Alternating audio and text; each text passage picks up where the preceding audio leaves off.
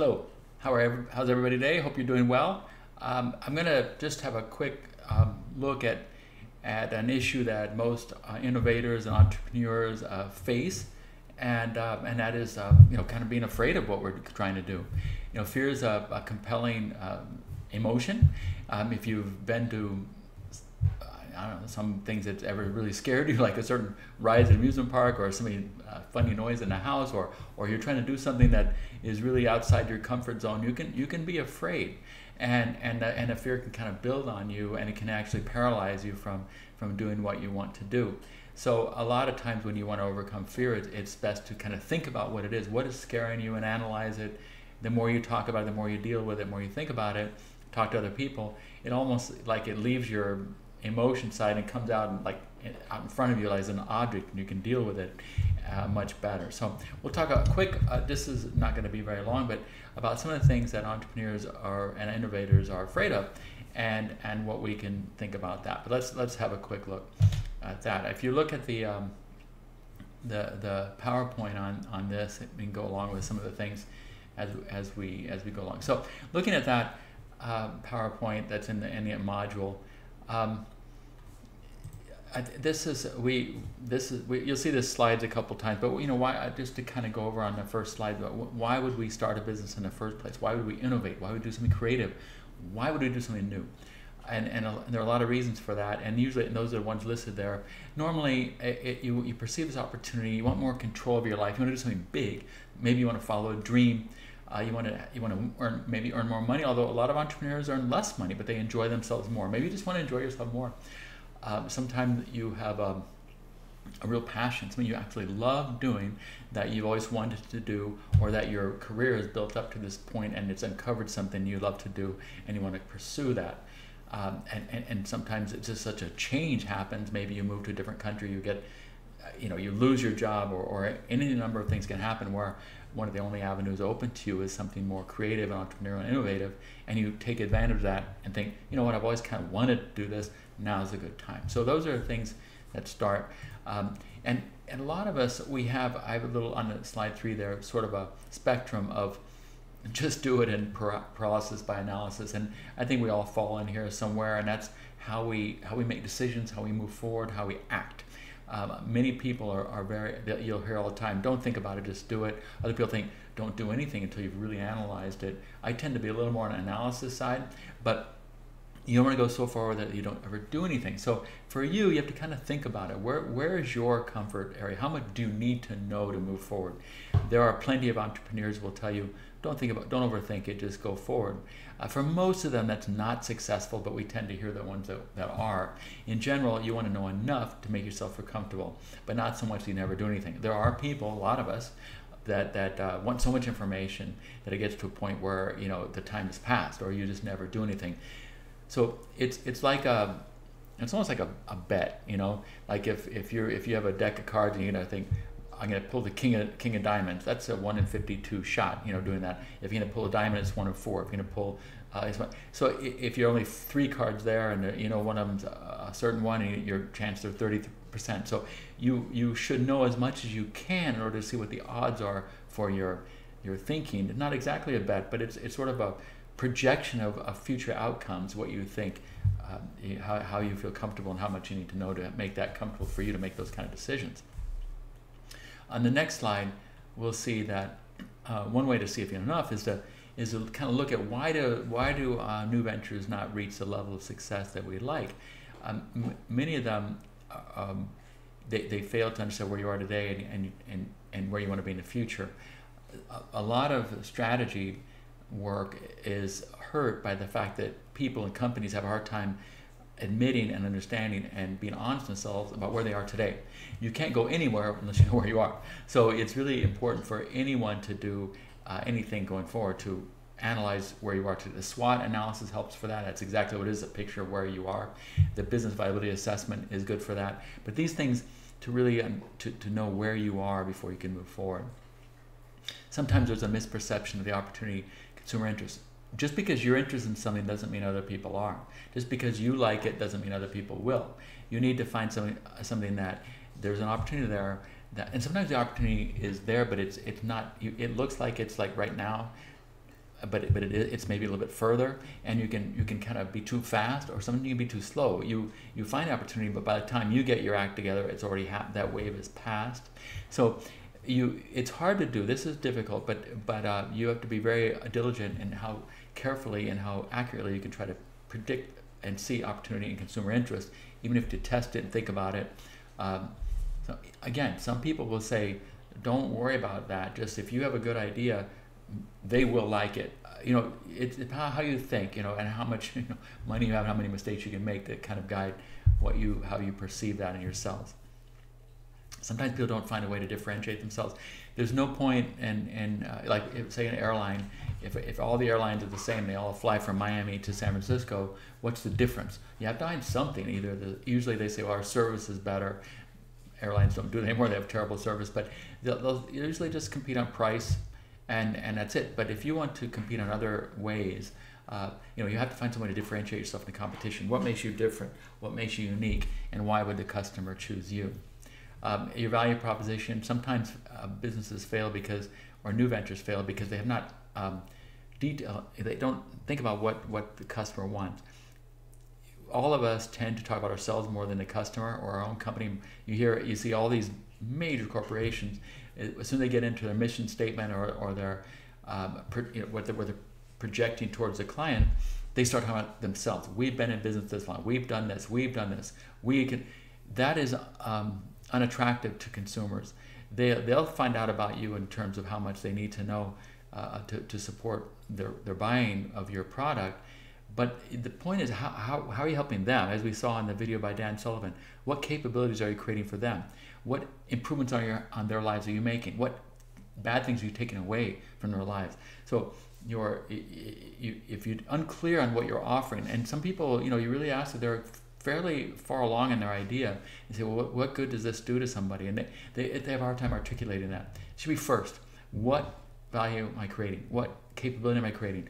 How am I helping? How am I reducing the bad and improving the good for this consumer base out there?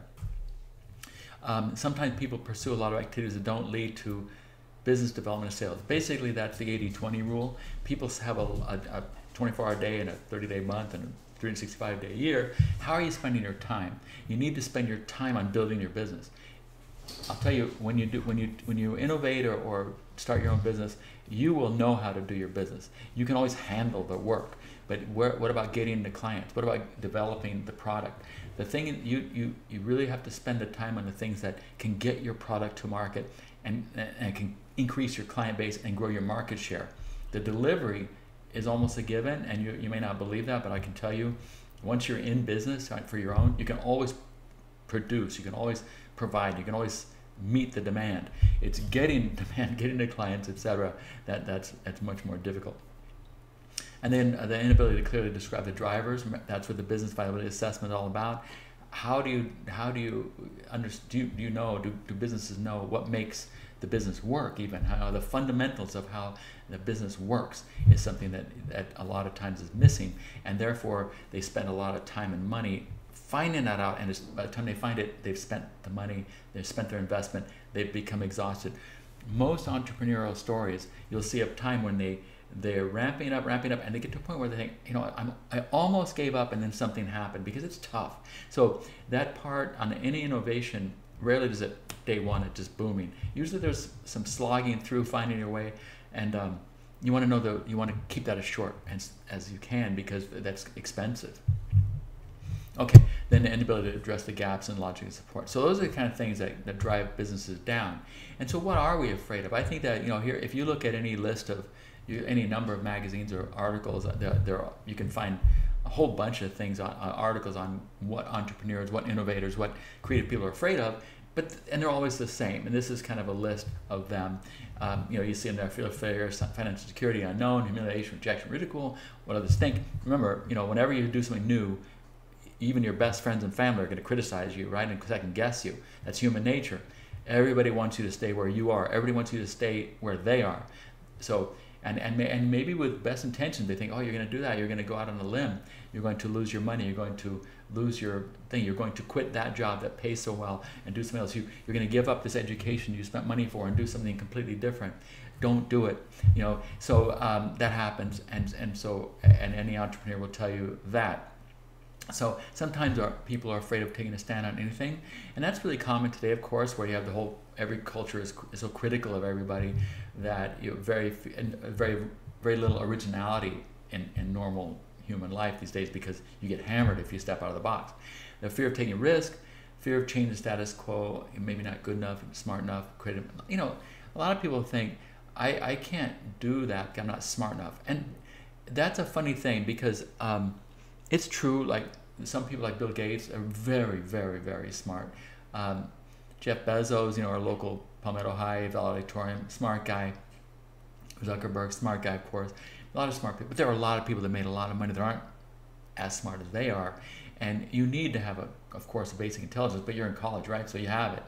But a lot of it is you second guess yourself on that. You just think, look, I'm here, I've gotten this far, I know I've got the brains for it. There are other issues that are going to help you be successful or not your just basic brain power if you're sitting with us today. Fear of starting, fear of success. Some people are afraid of success. I mean, you think, well, how could that be? You ever see how many people kick the ball over the goal? Why do they do that? I think it's almost like a fear of success. Kick it in the goal. You've practiced a million times. Why do they miss that shot? Why do they do those and you'll see a lot of times people get very close to success in their business or their lives, and they do something almost self-destructive or self-limiting to affect that. It's psychological.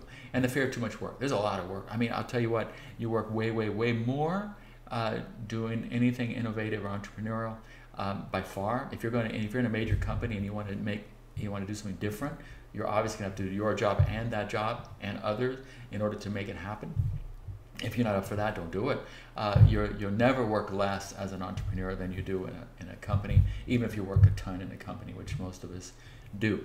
Okay, so having looked at all these, I narrowed them down into just the first one, fear of failure. I think the only thing that really matters to us as innovators and entrepreneurs is we worry about failure. And so then you have to define, what does that mean? What does failure mean? And is it justified? Well, let's look at this for a second. If you look at why startups fail, this is what people self-report. Half of them think that there's no need for my product or service, kind of going back to the idea that they've misperceived the market. They have a product and no one's buying it. There are a lot of factors in there, but certainly it's a misperception of the need, misunderstanding of what people want, and not appealing to what people really want and thinking for them rather than listening. And then the second most 30 is lack of cash flow. You put those together, you're looking at over 70% of failure comes from really the same thing, not selling, not having the money come in. So if you address that, if you work on that, or if you focus on it, what is my problem? My fear is not enough money coming in. Makes sense, it's obvious, but you shouldn't be distracted by a whole bunch of other fears. That's the only one. What am I going to do that's going to get the money coming in? What am I going to put out there that people are going to want and buy and give and pay for, right? So I think when you think about fear of failure, don't think about all those other fears. Think about one, failure. What is failure? Failure means a real concern over the ability of my business has potential buyers for what I want to sell, and that I'm competent enough to design and run a business successfully. That's it. Just focus on that, and then the rest can fix itself. Do I have something that people want to buy, and can I run a business? And if you look at all those other things, they fade away. There are always going to be issues, always going to be challenges, and they may become big challenges.